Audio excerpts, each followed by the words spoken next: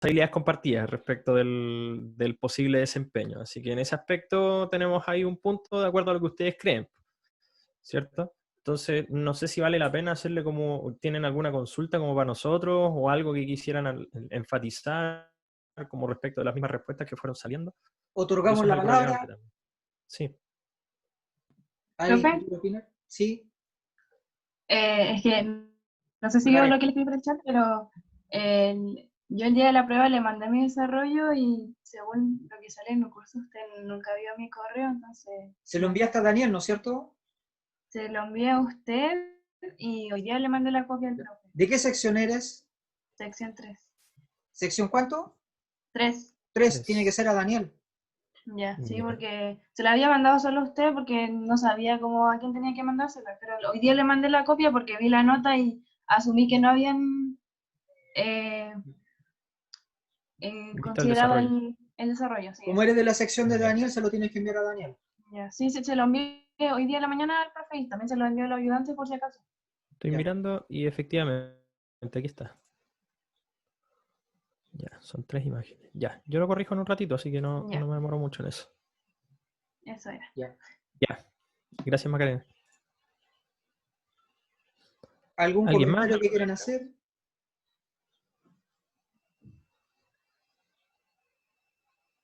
Otorgamos la Nada. palabra. Hola, profes. ¿Se Joaquín. escucha, no?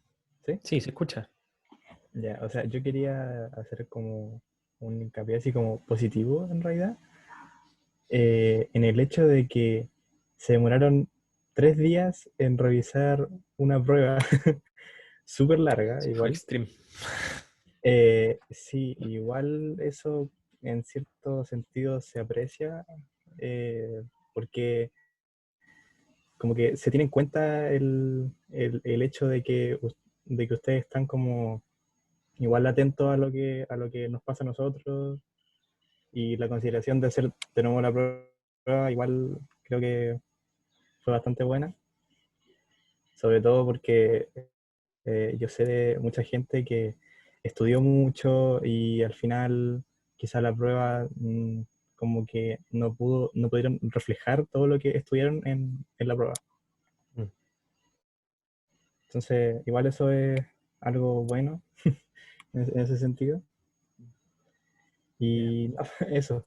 Vale. Gracias, Listo, Joaquín. Joaquín. Muchas gracias. Un súper buen alcance, de verdad. Muchas gracias por la consideración, en verdad. Que eso es difícil que en general se vea. Sí, pero efectivamente fue harta pega el tema de revisar todas las pruebas así como en 3 días. De hecho fue menos, fue en 2. Así que no, sí, de verdad muchas gracias. Bueno, también lo pudimos notar en todo caso, el hecho de que ustedes también habían entregado harto ahí, así que igual le pusimos harta atención a todo eso. Jorge, no sé si tienes ahí algún otro comentario. Eh, yo Los esperaba chiquillos, que hubieran más opiniones. No sé. algún enojo, no sé, bueno, más allá de las felicitaciones, alguna cosa que corregir, alguna impresión, sensación. Porque ¿Profe? Argumento. ¿qué? O sea, yo por lo menos consideré que igual, por ejemplo, las dos preguntas de desarrollo igual eran largas. O sea, a mí por lo menos igual me tomaron tiempo. Entonces, por ejemplo, enfocarme... Bueno, la verdad es que entre las 5 y las 7 me demoré más de 30 minutos, o sea, porque en una como que me empecé a enredar y todo eso. Entonces, como para la otra alternativa me pasó que me quedó poquito tiempo. Entonces, igual eran de repente, habían algunas que eran muy largas, por ejemplo, la de la anguila, y era muy larga la ABCD, tenía mucho... Pero, o sea, fue abordable, sí, pero con el tiempo extra en realidad yo la pude hacer porque a mí me pasó que me lo dieron, pero sin el tiempo extra yo creo que no lo hubiese podido hacer entera. Ya, Alejandra, Entonces, como que en ese sentido... tienes el tiempo de desarrollo de una guía, una prueba, etcétera, depende de cuántos ejercicios hayas hecho antes. Entonces necesitas hacer más ejercicio, porque nosotros como equipo cuantificamos el tiempo que necesitaban para hacer la prueba. A cada pregunta le otorgamos tiempo y a eso le sumamos una holgura, ¿ya? Y tendría que ser suficiente. Entonces, si cuando una persona resuelve un ejercicio le parece que es un ejercicio nuevo, eso indica que no ha practicado lo suficiente, ¿ya? Hay una gran diferencia entre estudiar para una prueba de física y para una prueba de biología, de historia, etcétera, ¿ya? Estudiar para una prueba de física no implica leer los libros. Básicamente, en un 90% implica hacer ejercicios. Esa es la forma de estudiar, ¿ya? Entonces, es algo que O sea, tienes que... o sea, sí, en ese sentido, por ejemplo, las 5 y las 7 eran preguntas que eran muy parecidas a las guías. O sea, yo en ese sentido me demoré, pero fue porque me puse más que nada nerviosa, porque de repente igual sentía que era muy largo, entonces como que veía que igual me estaba demorando y todo eso, pero en sí la pude hacer, o sea, porque eran ejercicios, por ejemplo, el 7 era muy parecido a la última guía que habían mandado, porque yo también estoy en la tutoría con usted, entonces eran ejercicios muy parecidos a los que usted había dado, entonces en ese sentido no tengo nada que decir porque eran ejercicios que habíamos visto. Pero era más que nada eso, es que igual tiene que pensar que, por ejemplo, estamos como en una prueba, entonces igual como que uno, los nervios te hacen igual demorarte un poquito más de lo que te demoras haciendo una guía normal, entonces, por eso, más que nada. Pero, o sea, en sí yo no tengo así como comentarios tan negativos, porque igual a mí me tocó el tiempo extra más que nada, pero con el tiempo extra yo dudo mucho que hubiese alcanzado a responder todas las alternativas, la verdad. Oye, Alejandra, entonces en ese contexto y pensando en tu situación particular, no sé cuántos se sienten identificados con esto, pero tú sugerirías entonces, voy a poner un caso, porque tu problema se solucionó con respecto al tema del tiempo, ¿cachai? Pero no sé si hay alguien acá que pueda sugerir otra alternativa como para poder adecuarse a la prueba quizá en un momento antes. Voy a poner un caso, o sea,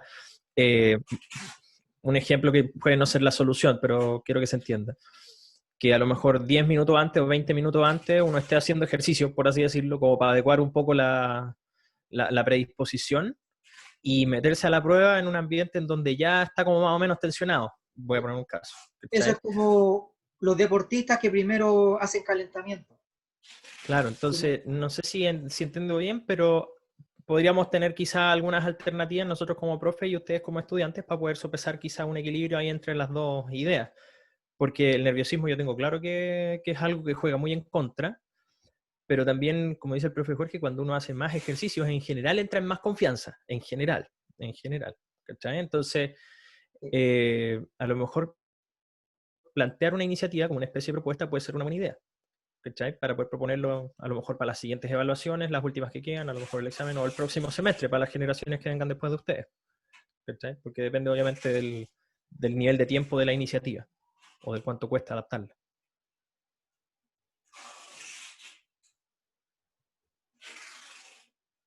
¿Alguien más? ¿No? ¿Sí? Profe, ¿Alguna impresión? yo, por Dale. ejemplo, hice todos los seminarios, hice la guía y me estudié de nuevo todas las clases. Y no me fue como yo esperaba, ni siquiera me fue bien, de hecho. Entonces, no sé si fue el nerviosismo, el tema del tiempo, porque se estaba por terminar la prueba y me dieron el tiempo extra. Pero aún así, mandé el desarrollo y todo, me dieron puntos, pero no lo hice bien, siendo que yo había ejercitado bastante como para eso. Daniela, encuentro que... dijiste que te otorgaron el tiempo extra. ¿Eso lo supiste a qué hora? ¿A las Sí. 17 o antes? Como 3 minutos antes que se acabara, me decía que quedaban 3 minutos y después me salía como que no se había acabado el tiempo. O sea, pero nunca te salió antes de eso, nunca te salió un mensaje que decía usted tiene 20 minutos extra, ¿nunca te salió eso? No, no me salió. Ya. Algo como relevante, o como bajar la ansiedad también. Ya, quizá Alejandra dice que tampoco le salió el mensaje. Alejandra, ¿te otorgaron el tiempo extra a pesar de todo? Sí, Aunque no profe, te... o sea, por ejemplo, a mí me quedaban, pues, cuando iba de repente, no sé, creo que era la pregunta 4, estaba haciéndola y justo me quedaban como 5 minutos y de repente miro de nuevo el tiempo y ahí se me habían dado los 10 minutos, entonces dije así como, pero no me había llegado un mensaje, me di cuenta pues mirando el tiempo. Ah, ya. Ahí muy enfocada, quizá. Ya, quizá, a ver. Bueno, lo principal para no tener nervios durante una prueba es que cada ejercicio que ustedes vean en la prueba les parezca familiar. Si algo les parece familiar, no se van a sentir conmovidos por eso. O al revés, si les parece distinto, algo nuevo, esa sorpresa les puede causar un sentimiento negativo. Y la única forma de que algo le parezca familiar es si tienen experiencia previa con muchos ejercicios, ¿ya? Entonces van a ver el ejercicio de la prueba y van a decir, esto se parece a A, B, C y D, ¿ya? Y eso evita que se sientan mal con una pregunta, ¿ya? Entonces siempre el consejo es practiquen lo más que puedan, ¿ya? Y estudiar física no es leer libros de física, es hacer ejercicios, ¿ya? Bueno, quizá ahí, bueno, sale el comentario de Allen, dice, el tema es que nada le parece familiar, incluso si estudió todo mucho. A lo mejor, bueno, no sé, estoy tirando un disparo al aire ahí a Allen, pero de hecho de lo que yo he podido estar contigo, así como en las clases, eres súper hábil, y además muy participativa, entonces puede ser que el tema del nerviosismo esté yéndose más en contra de lo que debería, por así decirlo. Como yo les dije la última vez, miren, uno debe ser humilde, sí, pero cuando uno se enfrenta a una prueba tiene que tener un cierto grado como de confianza o agresividad, voy a decirlo así, como académica, porque si no, si los nervios te juegan en contra y te nublan un poco el juicio, eso claramente es negativo, ¿cachai? Ahora, como bien dice el profe Jorge, yo creo que hay que analizar un poquito el caso y algunos ejemplos para poder creérselos, porque uno puede hablar de muchas cosas, pero si no las hace, en realidad no sirve para nada. Entonces, ¿por qué uno tiene la confianza, por ejemplo, de que no sé, va a salir el sol todos los días? Bueno, porque lo hemos visto todos los días, ¿cachai? O sea, uno tiene esa confianza porque son eventos como inmutables y que tienen ciertas rutinas, ¿cachai? Entonces, no sé si lo perciben, pero realmente cuando uno tiene un grado de confianza real, no autoinducido, por así decirlo, es cuando uno tiene un enfrentamiento hacia el problema en donde a lo mejor las piezas del problema son conocidas y uno puede fracturarlas, por así decirlo, porque una alternativa también para poder enfrentar un problema no es verlo en su completitud, sino que abordarlo por piezas. Y si se acuerdan de mecánica un poquito, acuérdense cuando yo los hacía anotar en los datos, ¿cachai? Hacer el planteamiento, poner las fórmulas y esa clase de cosas, porque ayuda a ordenar un poco la cabeza, ¿cachai? La confianza también, como todas las cosas en la vida, se adquiere como en pasos lentos, en pasos pequeñitos, para poder sumar algo un poco más o menos grande, ¿cachai? Entonces, quizás es no soluciona el problema, pero quizá para darle una vuelta, ¿cachai? Porque en realidad estos son problemas que a lo mejor a nosotros nos competen tanto como profe porque depende un poco más de la parte interior, como parte psicológica, una parte emocional, ¿cachai? Pero nosotros tratamos de atenderlo precisamente porque nosotros nos involucramos con ustedes, ¿cachai? Entonces es algo que nosotros consideramos, pero implícitamente. Las sugerencias y los comentarios van en base a nuestra experiencia y en base a lo que a lo mejor podríamos pensar que les puede ayudar a ustedes. Pero insisto, eso no necesariamente lo soluciona. La Dani dice, profe, yo soy súper segura de mi conocimiento porque sé que estudio bien, pero que las pruebas en física en general nunca logro lo que me vaya bien, como para el conocimiento que tengo. Ya. Una consulta, Dani, si te puedo preguntar algo ahí como, no sé si es muy personal, pero ¿de qué forma estudias tú? Como para poder compartir con tus compañeros y compañeras. Yo estudio bien a las clases, tomo apuntes y hago mucho ejercicio, porque sé que estos ramos más matemáticos se hacen con ejercicio, o sea, así son las pruebas en general. Ya, y en general cuando haces el ejercicio, ¿cómo lo haces? ¿Miras un ejercicio que no tienes conocimiento y lo intentas resolver por tu cuenta, así como a ciegas? ¿O ves un ejercicio hecho y lo redactas de nuevo o lo miras otra vez y lo rehaces, por así decirlo? Para estudiar como la primera vez, veo un ejercicio que esté hecho, lo intento como desglosar y después ya me tiro sola a ver si logro hacerlo bien. Y Ya. sí me dan y todo, y hago el paso a paso, saco los datos, todas esas cosas. Ya. Pero como que no, prueba no puedo. Ya, mira, quizá también tengo una sugerencia para eso, porque, mira, cuando uno entrena para una prueba es como deportistas, por ejemplo. O sea, nadie sabe realmente el futuro, así que obviamente tenéis que dar todo de ti o lo que más se pueda para poder enfrentar una situación complicada y de alto como rendimiento, por así decirlo. Mira, yo tenía como una receta cuando estudiaba, tampoco sé si es muy buena, pero mira, yo tomaba 3 ejercicios al azar siempre, del libro, de lo que sea, sin importar si tenía un resultado o no. ¿Cachai? Si tenía el resultado, súper bien. Si tenía el desarrollo, mejor, pero nunca lo miraba antes. ¿Cachai? Porque en las pruebas tú no tenías el resultado. ¿Cachai? Entonces, si yo lograba hacer 3 más o menos, en la universidad esto pasaba, porque eran 3 ejercicios nomás en la universidad cuando yo estaba estudiando, eran 3 nomás. Y si yo lograba hacer 3 al hilo, y sin equivocarme demasiado, o por lo menos en conformidad a lo que yo quería, yo sentía que estaba listo. ¿Cachai? Pero era re difícil alcanzar los 3 ejercicios así, onda, a ciegas. Quizá puede ser una buena receta para poder enfrentarse a una situación también como esta, porque uno no sabe las respuestas. Lo voy a intentar para la prueba que viene. Y ahí me Si cuentas, por resulta último. y si... Ya, profe. Gracias. A ti. Ya. Daniel, pasemos a resolver los ejercicios. Ya, Entonces, tú te encargas de habilidad 1 y habilidad 2. ya, perfecto. ¿Tienes el PDF? Sí, sí, lo tengo aquí. Entonces, compartir pantalla.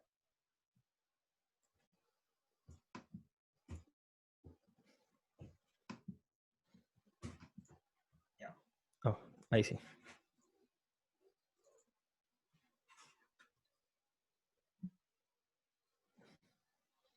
Ya, no sé si se alcanza a ver ahí. ¿Se ve? Sí. Ya, a ver. ¿Puedo achicar esto? Sí, ahí.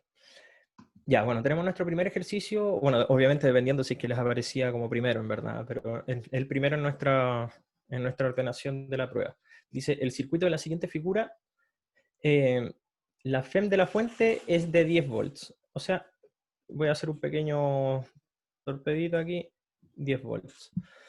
Dice, considerando que el voltímetro y el amperímetro son ideales, es decir, que poseen la resistencia interna igual a 0, podemos afirmar que seleccione la alternativa correcta.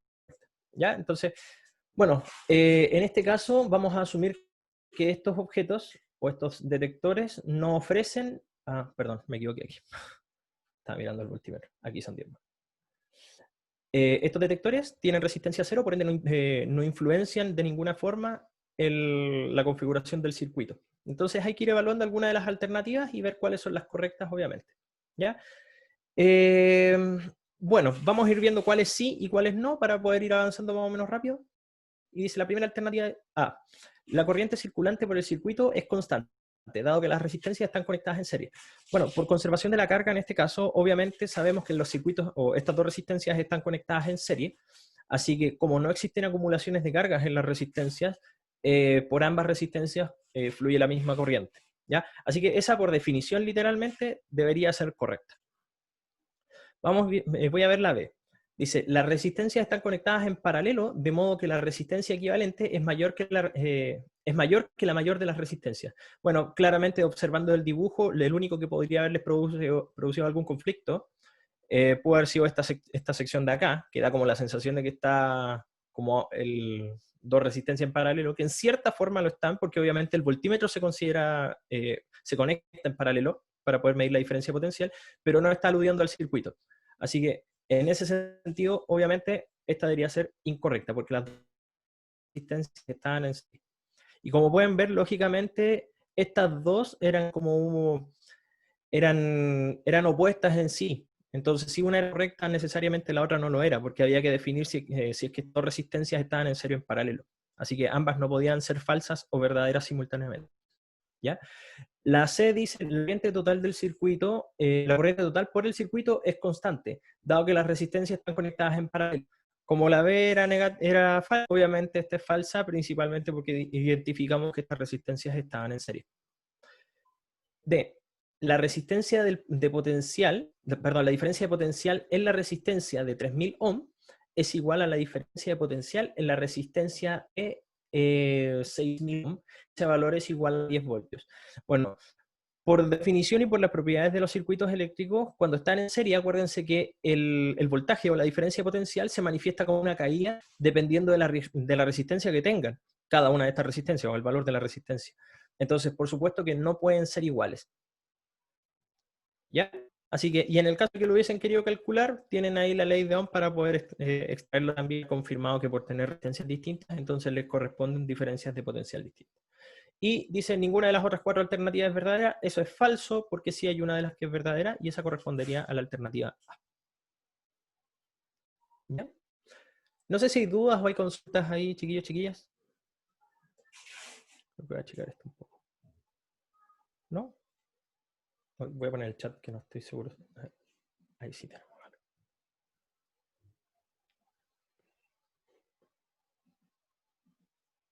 Va. Se me perdió el chat. A ver, espérame un poco.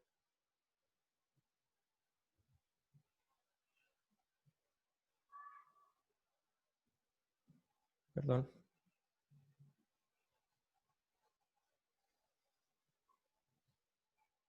Hoy no puedo ver el chat por alguna razón. ¿No hay consultas o sí?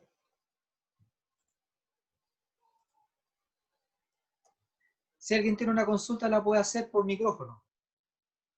Ya, perfecto, por favor, que no puedo ver el chat por alguna razón. No sé muy bien. Ah, aquí está. Está detrás de la pantalla de...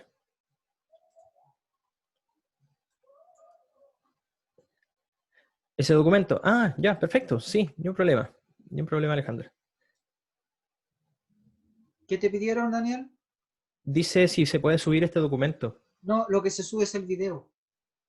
Ah, el que tú subiste de la No, el revisión. video de ahora. Ah, ya, La clase de perfecto. ahora. Ok. El PDF. Ahí tienes la respuesta entonces, Alejandra.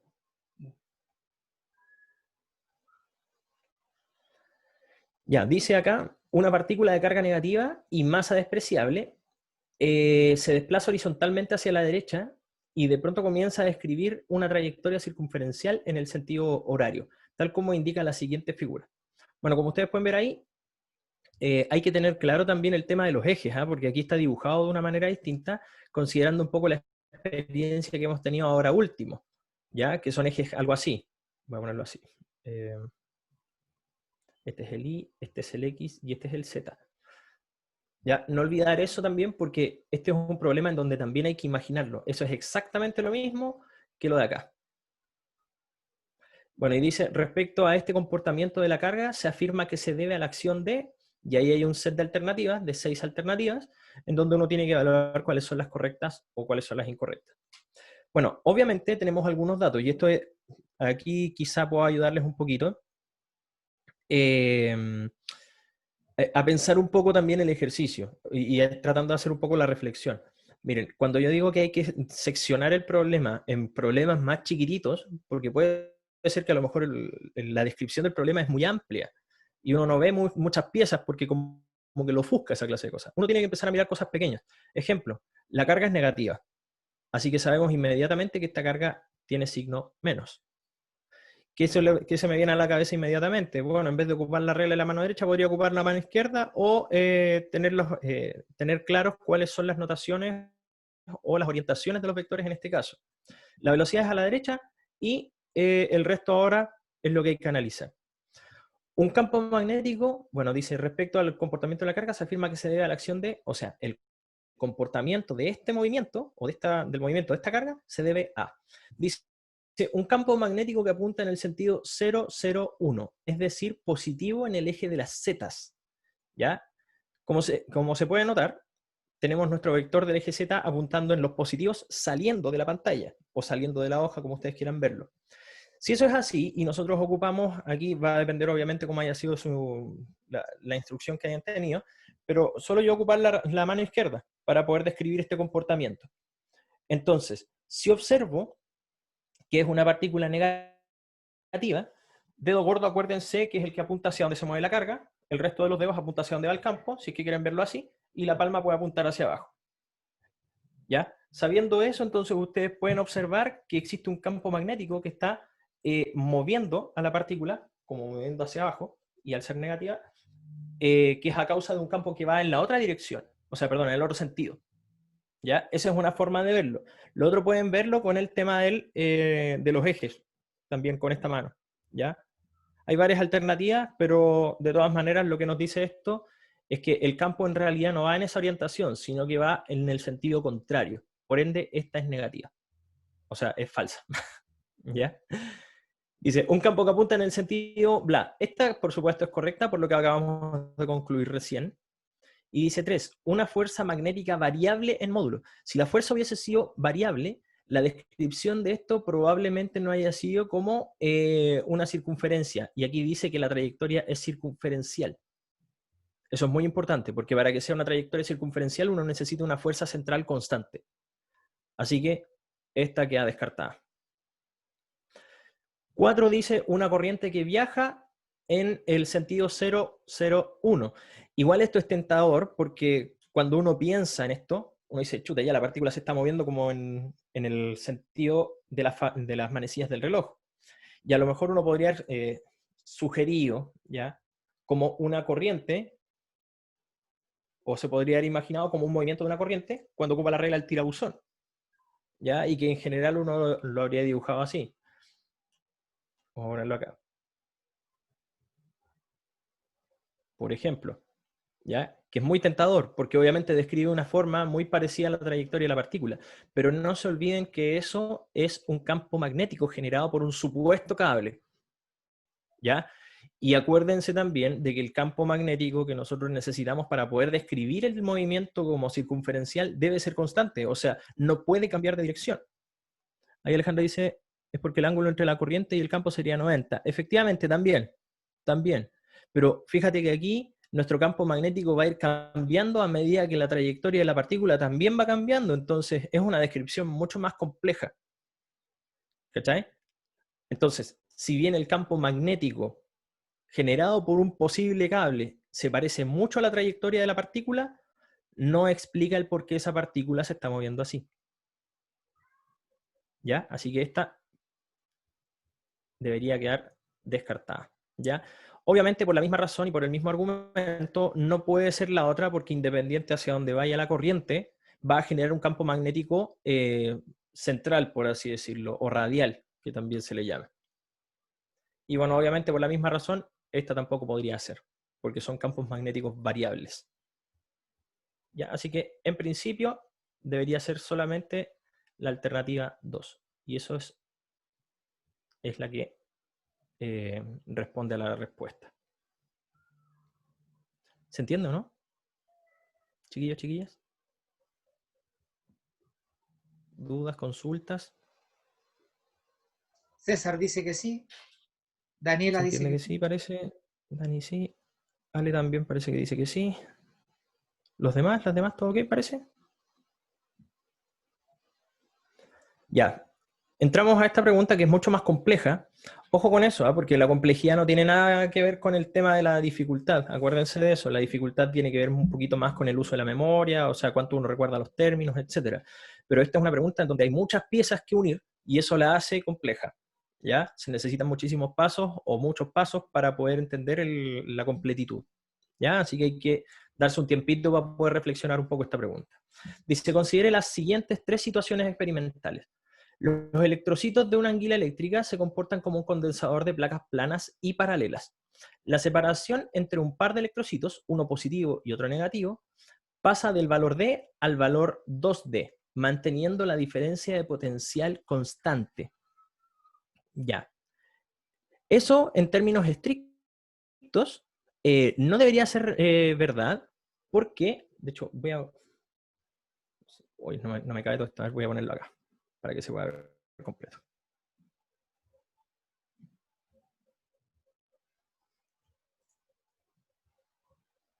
¿Va? Ahí. Muy chico parece ahí.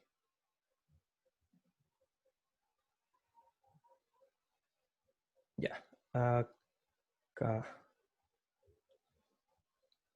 Ya. Esa no debería ser correcta porque al aumentar la distancia, nosotros estamos cambiando también la diferencia potencial que podría aparecer.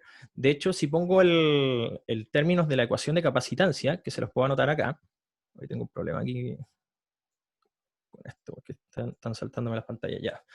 Pero si lo veo en términos de capacitancia, porque eso es una de las cosas que se está poniendo en tela de juicio, aquí dice la situación 1, la capacitancia se duplica, entonces la capacitancia va a ser proporcional al área e inversamente proporcional a la distancia que separa las placas.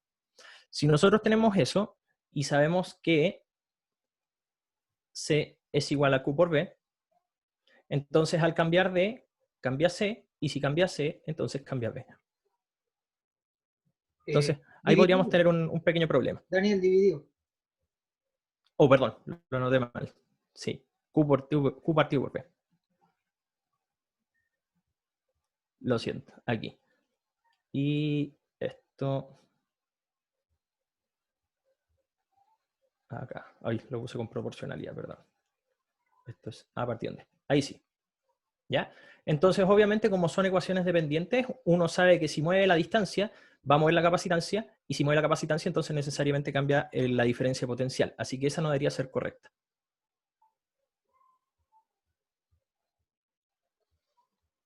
2 dice, en la situación 2, el estado de la ampolleta permite demostrar la ley de Ampère-Maxwell.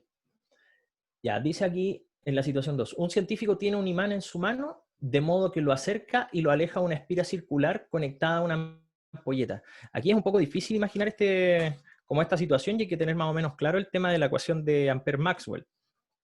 Que voy a ponerlo acá. Voy a dibujar un poco la situación. Dice, esto es un imán,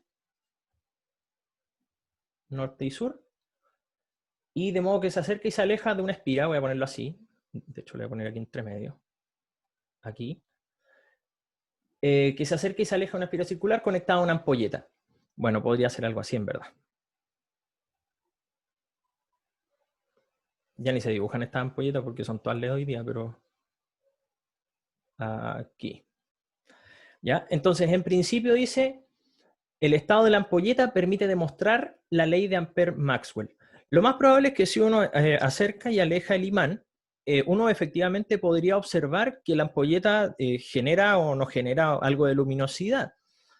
Pero la ley de Ampère-Maxwell, en principio, debería ser esta. La que habla de los campos magnéticos. Entonces, en ese aspecto, lo que estamos observando aquí es un problema de inducción electromagnética, más no necesariamente la prueba de los monopolos magnéticos. Entonces, si bien el experimento se puede entender para poder entender una de las ecuaciones de Maxwell, no es directo el impacto. Tenemos ahí una consulta, parece. Es un ejemplo de la ley de Faraday-Lenz. Exacto. Entonces, si bien lo que les permitiría a ustedes es saber más o menos cómo se induce corriente a partir de un imán, no es el experimento adecuado para poder demostrar la otra ecuación de Maxwell, o por lo menos para poder observar algún efecto de ella. No sé si se entiende bien.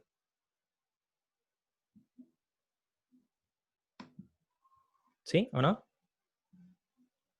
Un ejemplo que a lo mejor podría haberla probado es partir un imán. ¿Me siguen? Porque si se parte un imán, podrían haberse dado cuenta que en realidad no pueden existir monopolos magnéticos, o por lo menos en primera instancia. Así que esta en principio no debería ser correcta. ¿Ya? Dice, en la situación 3 se cumple que la corriente iónica en A es el triple de la corriente iónica en I. Veamos. Dice, la fibra muscular X de longitud igual a 2L se divide en 3 fibras musculares iguales a A, B y C, y después se vuelven a juntar en una única fibra muscular Y de longitud igual a 2L. Las características de la fibra A, son longitud L, sección transversal S y resistividad ρ. ¿Ya? Entonces, bueno, lo que podemos observar acá es que, miren, si se fijan, debería ser algo así el dibujo. Tenemos una fibra que se separa como en 3. Están en paralelo. Estaban acá, ¿cierto? Aquí. Y después eso se vuelve a juntar. Voy a ver si es que me sale bien el mono. Eso es. Resistencia en paralelo. ¿Cierto? Entonces, ¿qué es lo que pasa acá? Nosotros tenemos la primera fibra muscular, que esta la podríamos llamar X, que era la original. Aquí tenemos las otras 3 fibras musculares, que son A, B y C. Y después tenemos la última, que es Y. No sé si se entiende bien el dibujo, pero... el punto 2 allí, solamente para poder comentarlo. Mira, el punto 2 busca probar esto. ¿Cachai? Entonces, si tú observas un imán acercándose o alejándose de una espira, tú vas a observar que simplemente se enciende o no se enciende la ampolleta, pero con eso no puedes probar que existen o no existen los monopolos magnéticos. ¿Cachai? Es el experimento erróneo, por así decirlo. ¿Cachai? Que la ley de ecuación la ley de Ampère-Maxwell, que es esta, claro, efectivamente. ¿Cachai? Entonces, esa ley no se puede probar utilizando ese experimento. Tú tendrías que partir un imán. ¿Se entiende ahí o no?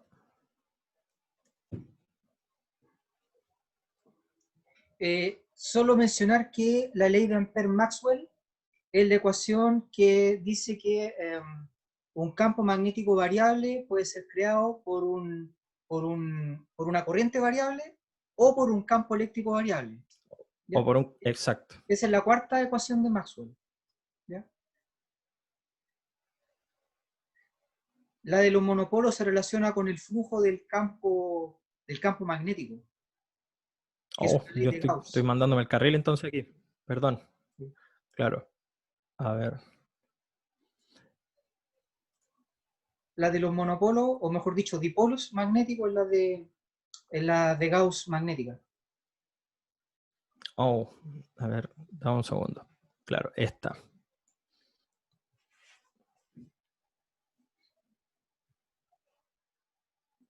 Tengo una confusión entonces ahí. Esta. Sí, Sí. pero Es la del verbalizándola cruz. es Aquí, que perdón. un campo magnético se crea con una corriente, o sea, con J, o con la derivada del campo eléctrico, ¿ya? O sea, con un campo eléctrico Exacto, variable. ahí. Sí, esa. Ya. Voy a cambiar mi argumento, mil disculpas. Entonces, acá lo que está explicando esto es que entonces la existencia de un campo magnético, que en este caso puede ser rotante, que es lo que mezcla o lo que muestra aquí el rotor, puede ser producido o por una corriente o por un campo eléctrico variable en el tiempo. ¿Cachai? Entonces, si tú observas el experimento, tú no tienes forma de poder observar el campo magnético con el experimento que se muestra en la situación 1. ¿Cachai? Tú puedes inducir una corriente, pero estás generando un campo magnético variable para poder inducir una corriente. ¿Cachai? Pero necesitas generar un campo eléctrico variable o generar una corriente para poder obtener el campo magnético. Es al revés. Claro, solamente puedes deducir que la ampolleta se prende o no, o sea, puedes generar con un campo magnético variable, tú puedes generar una corriente. ¿Cachai?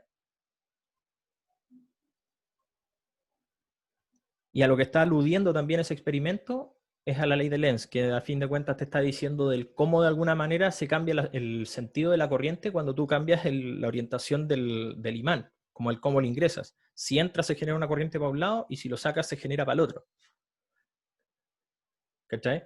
Entonces tú no podrías probar completamente esta ecuación con ese experimento. Tampoco.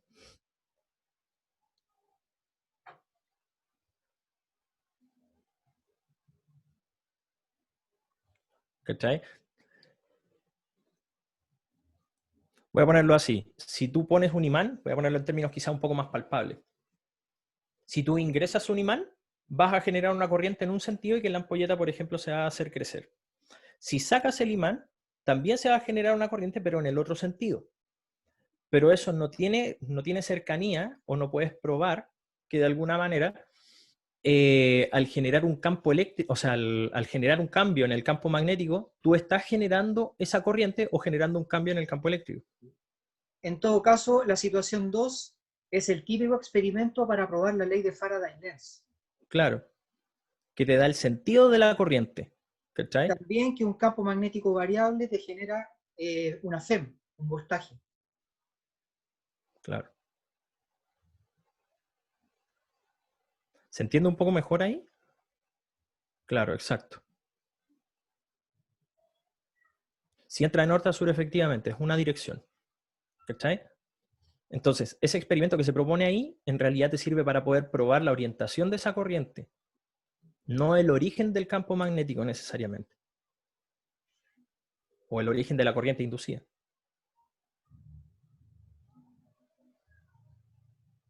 ¿Cachai? Ya, continúo entonces con este. ¿En qué está? Ah, estaba en esto, en el tema de la fibra muscular. Dice, la situación 3 se cumple que la corriente iónica en A es el triple de la corriente iónica en I. La corriente iónica en A, voy a ponerlo aquí, lo voy a encerrar, voy a poner este es A, este es B y este es C. La corriente iónica en A es el triple de la corriente iónica en I. Voy a ponerlo así.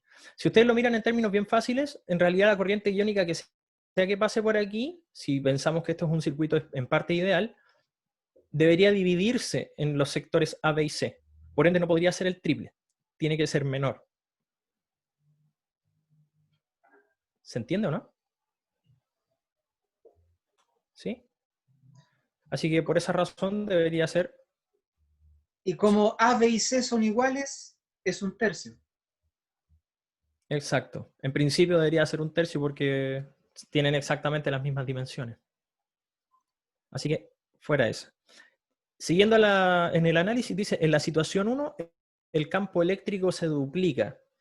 Ya se me olvidó la situación 1, ¿eh? Los condensadores. En la situación 1 dice, perfecto. La anguila eléctrica se comporta como un condensador de placas planas paralelas. Ya, perfecto. Dice, el campo eléctrico se duplica. Ya. Si vamos en esa misma línea, uno puede extraer también, podríamos mirarlo también de otra forma, pero el campo eléctrico podríamos verlo aquí. Acordándonos un poquito de las ecuaciones originales, voy a pensar en esto, solamente como argumentando en pos de la ecuación. Pero basta con que ustedes tengan esto, y si ya sabemos que estamos cambiando la distancia y sabemos que cambia esto, entonces tampoco podríamos concluir que el campo eléctrico, ¿cómo se llama esto? Se va modificando. Otra alternativa para poder verlo es la siguiente. Hay un problema.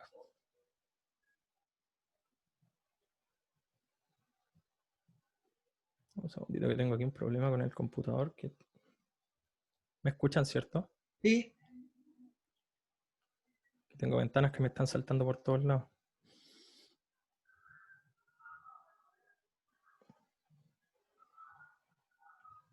Dame un segundo.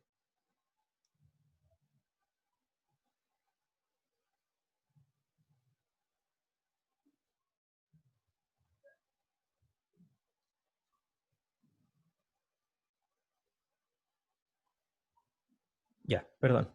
Ahí.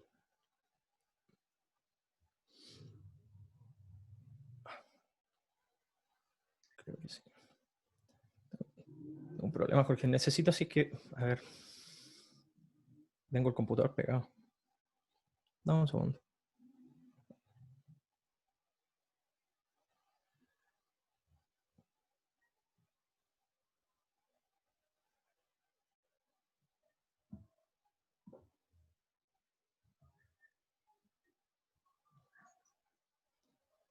Ya, perdón. Creo que aquí está como normalizándose un poco esto.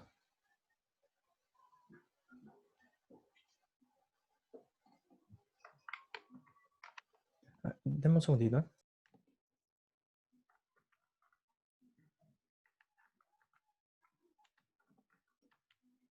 ¿Puedo continuar yo, Daniel? Mientras lo arreglas. Sí, ayúdame un poquito, porque Ya. creo que tengo que salir. Ya.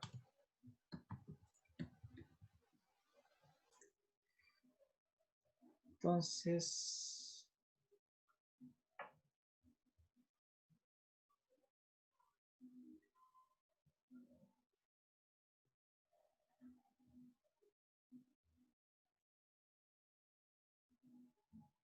Ahora están viendo mi pantalla.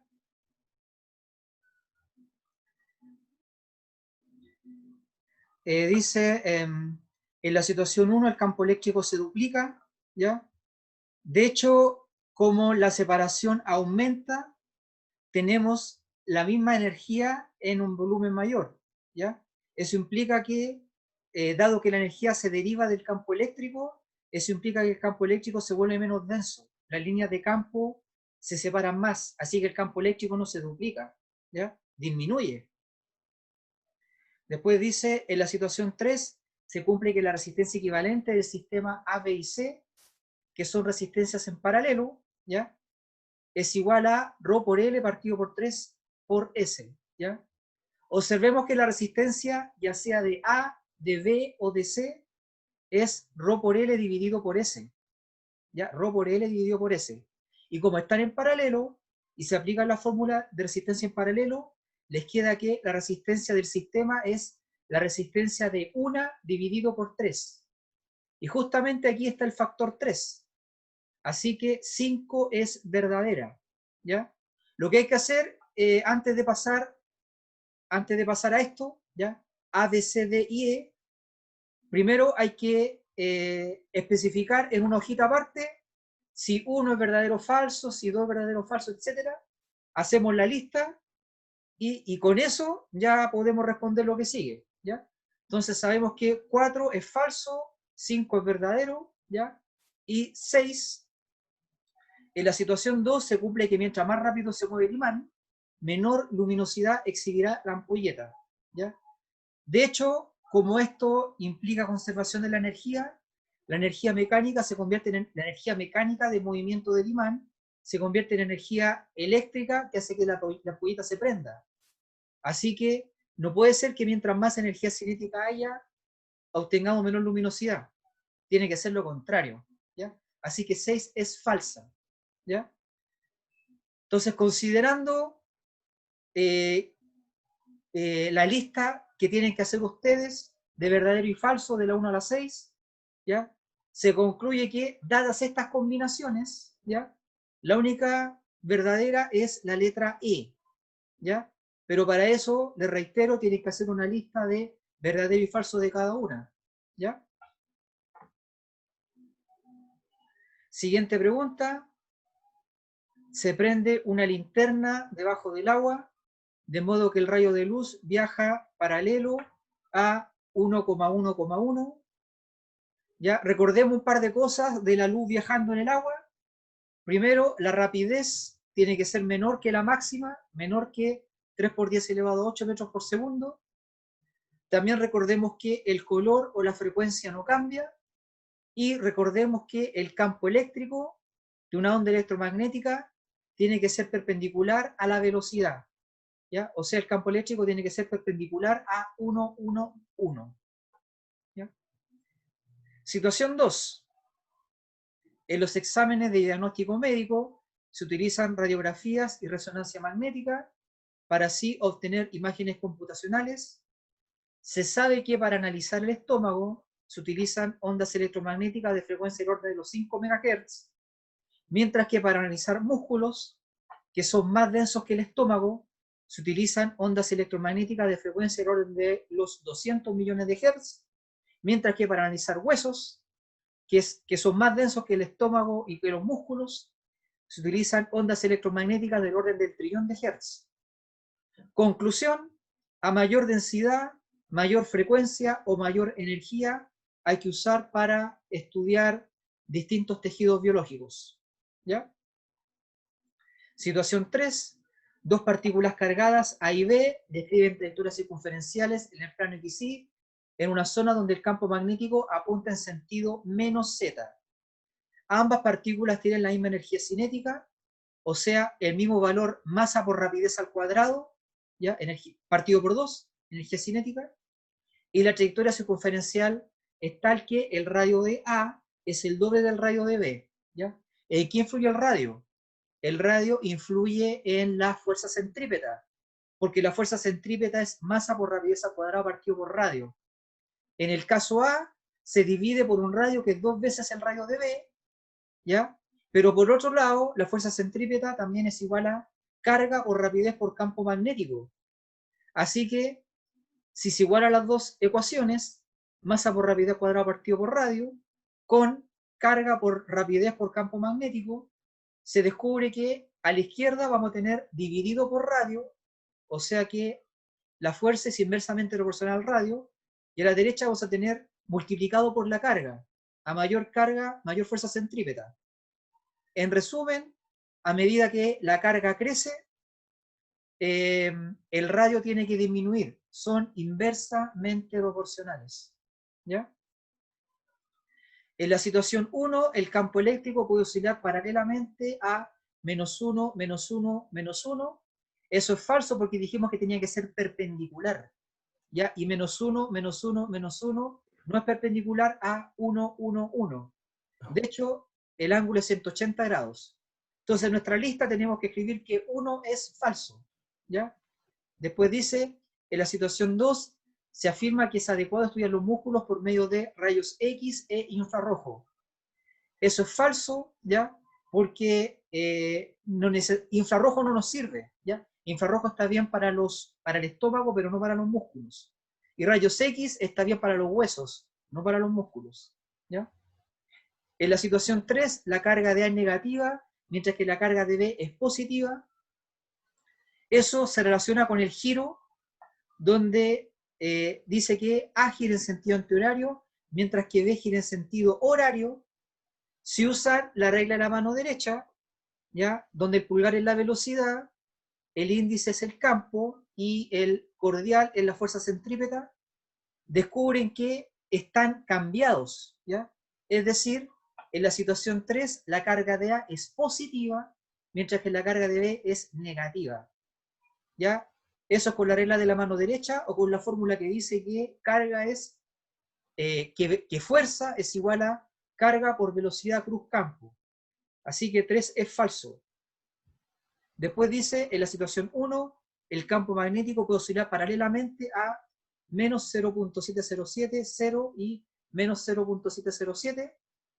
Eso es verdadero, porque si lo dibujan con el vector velocidad que era 1, 1, 1, van a descubrir que el ángulo vale 90 grados, ¿ya? Después dice, en la situación 2, se afirma que es adecuado estudiar los huesos por medio de ondas de radio. Eso es falso, hay que usar rayos X. 6, en la situación 3, la magnitud de la carga A es igual al doble de la magnitud de la carga de B. Dijimos que eran inversamente proporcionales, así que si el radio aumenta, la carga tiene que disminuir. Así que en 6 es lo contrario, ¿ya? Por lo tanto, considerando la lista que tienen que hacer, donde cada alternativa se valora como verdadera o falsa, se concluye que D es la correcta, ¿ya? Ninguna de las otras 3 alternativas o combinaciones es correcta, ¿ya? Ahora vamos a pasar a la habilidad 3. ¿Ya? Jorge, quizá como comentario también, Eso, puedo antes ahí de hacer un continuar, alcance. ¿sí? Sí, como para que no lo consideren también, porque hay veces en que es difícil saber como gráficamente cuál vector es perpendicular a otro o bueno, qué orientación tiene cada uno. No se olviden que cuando uno hace producto punto, eso es el módulo de un vector, o sea, producto punto entre dos vectores es el módulo de la multiplicación de los dos módulos, de módulos por separado, por el coseno del ángulo que forman entre los vectores. Entonces, si los vectores los multiplican o le hacen el producto normalizado, van a obtener el coseno del ángulo que están formando entre ellos. Entonces, puede ser una buena estrategia para poder saber sin necesariamente dibujar. Porque coseno de 90 es 0. Claro, exacto. Sí. Entonces, el producto punto entre los vectores que sea que tengan debería ser 0. Sí. Ya. Pasamos a habilidad 3.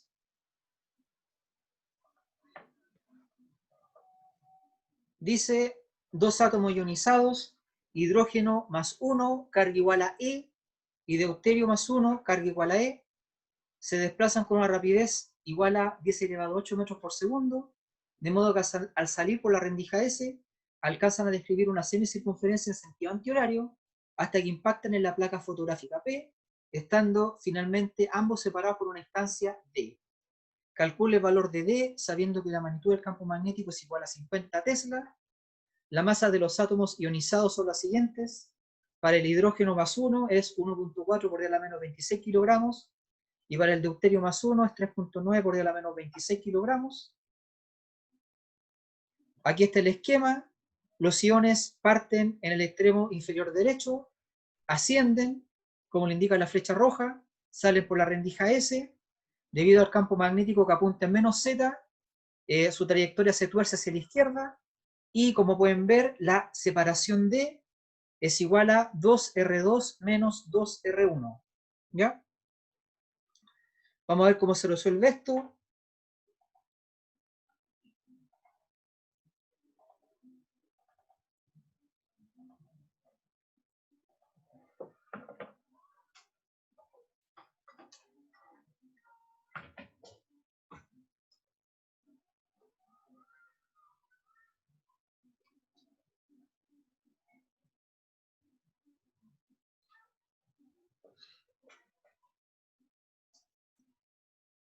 Entonces tenemos que la fuerza centrípeta proviene de la fuerza magnética, lo que implica que masa por rapidez cuadrada partido por el radio es igual a la carga por la rapidez por el campo. Despejamos el radio. El radio vale masa por rapidez partido por carga por campo magnético. La distancia D, según el esquema, es 2R2 menos 2R1, ¿ya? Y dado que sabemos cuánto vale R, esto nos va a dar la masa del deuterio por la rapidez partido por Q por V, menos, tenemos la masa del hidrógeno o proteo, ya, por la rapidez dividido por Q por V, ¿ya? Y hay que considerar los datos del ejercicio. En este caso, Q es igual a E, 1.6 por 10⁻⁻19. Para esta forma, el campo magnético vale 50 Tesla, ¿ya? La rapidez es dato, vale 10 elevado a 8, ¿ya? La masa 1, la del hidrógeno, según el enunciado, vale 1.4 por 10⁻26 kilogramos. La del deuterio vale 3.9 por 10⁻26. Así que, reemplazando, en este caso se obtiene que la distancia vale 0.626 metros. ¿Ya?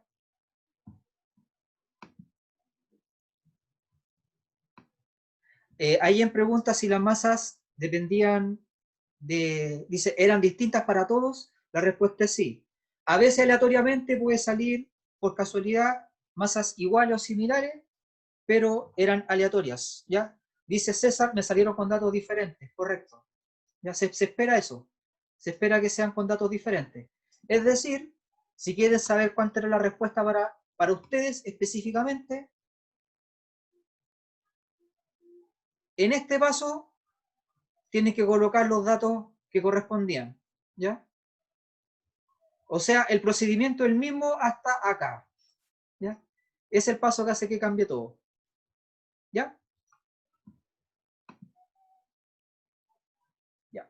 Pasamos a la siguiente pregunta.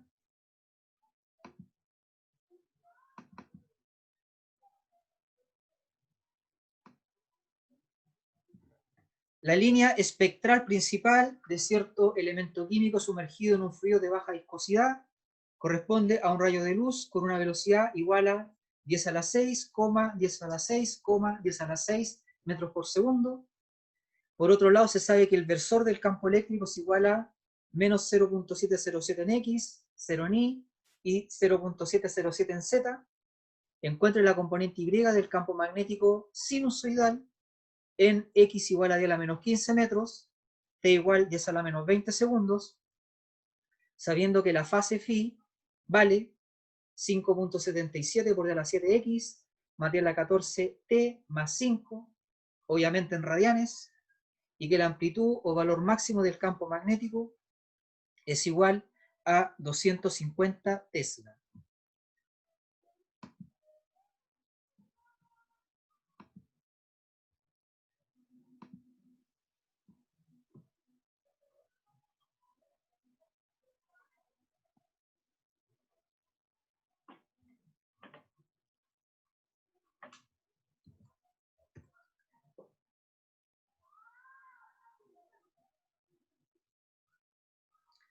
Tenemos entonces que el versor de la velocidad, según el enunciado, es paralelo a 10 a la 6, 10 a la 6, 10 a la 6. Esto no es versor, porque para que sea versor hay que dividir por el módulo, ¿ya? Dividido por el módulo. 10 a la 6 al cuadrado, más 10 a la 6 al cuadrado, más 10 a la 6 al cuadrado, ¿ya? Este número vale 1.73 por 10 a la 6, así que al dividir 10 a la 6 por este número, se obtiene que el versor vale 0.58, 0.58 y 0.58, ¿ya? en una onda electromagnética, los tres versores C, E y D cumplen con la regla de la mano derecha, así que el versor B va a ser igual a C cruz E.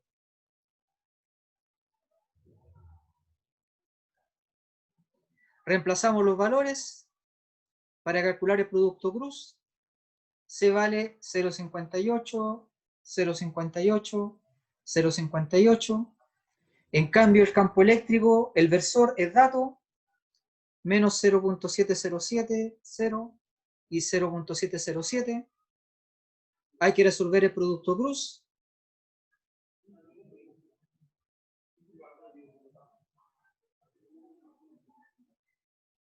Menos J por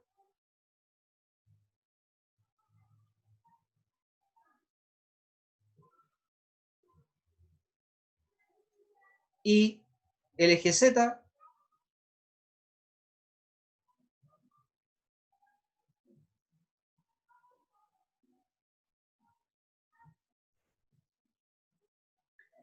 hay que multiplicar cruzado y restar, ¿ya?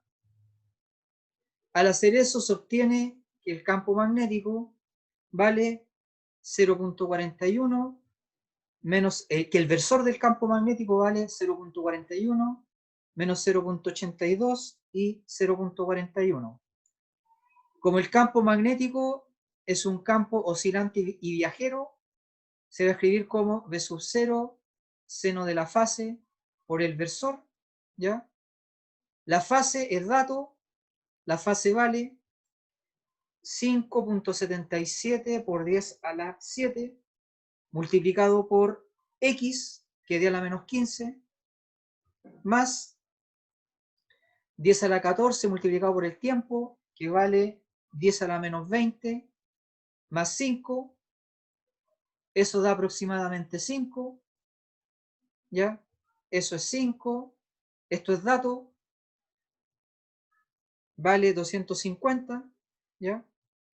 Y el versor del campo magnético es eso. Por lo tanto, para responder cuánto vale V sub I, se debe multiplicar 250 seno de 5 por ese número, ¿ya? 250 seno de 5 por menos 0.82, ¿ya?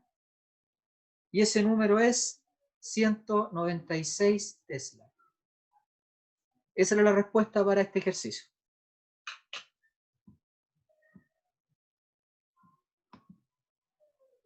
Ya.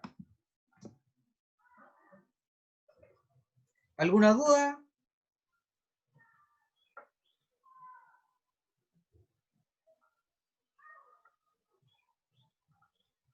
¿Algo que comentar?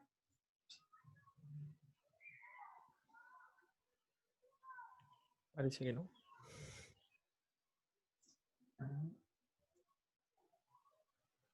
Joaquín dice que se entendió. Bueno, esta era la última actividad de este seminario, ¿ya? Así que con esto finalizamos las 13 semanas lectivas, ¿ya? Daniel, ¿algo que decir? Bueno, yo estoy dentro de todo, como es la última jornada, igual ha sido un semestre complicado, un año complicado, fue un año complicado, pero de todas maneras igual agradecer nomás pues, a los chiquillos y a las chiquillas que se pusieron igual las pilas dentro de todo y por la disposición también pues, para todo el estudio. Nos queda poquito sí en todo caso para terminar, pues nos queda ya el tema del examen, los que van a dar examen. Y no olvidar la información que compartió el profe Jorge recién en la parte de novedades, porque hay una modificación en el tema de la rendición de las pruebas. Ya acuérdense que la aprobación, o sea, el examen ya no es aprobatorio, no se olviden de eso, ténganlo en consideración para el tema del estudio. Se pondera al 40%. Exacto, no lo olviden porque en realidad es un punto importante que se nos hizo saber hace poquito. Así que el examen no es aprobatorio, para que lo tengan súper presente. Bien. Y eso, creo que somos poquitos acá. Quedan 9. Diga. Cuando Bueno. usted dice que sea aprobatorio, ¿a qué se refiere? Pero no es Vamos aprobatorio. a ponerlo. No, pues no lo es. Ojo con eso. O Que sea, sí, sí, pero me originalmente... refiero en el caso de que sí lo sea. Ah, ¿Qué significa? Si tiene un lo 4 escribes por- pasas, no importa el pasado. Ah, claro. ya, ya, Te ya. sacaste puros 1 en todo el semestre, pero si diste el examen y te sacaste un 4, pasaste. Ah, Pero no es ya, el caso. comprendo. Eso. Pero no es el caso. Sí, No, no, no, sí. por favor, para que no lo olviden, porque sabemos que hay algunos que están ahí con la calculadora cerca, así que es un punto importante a considerar para que piensen en sus estrategias de estudio.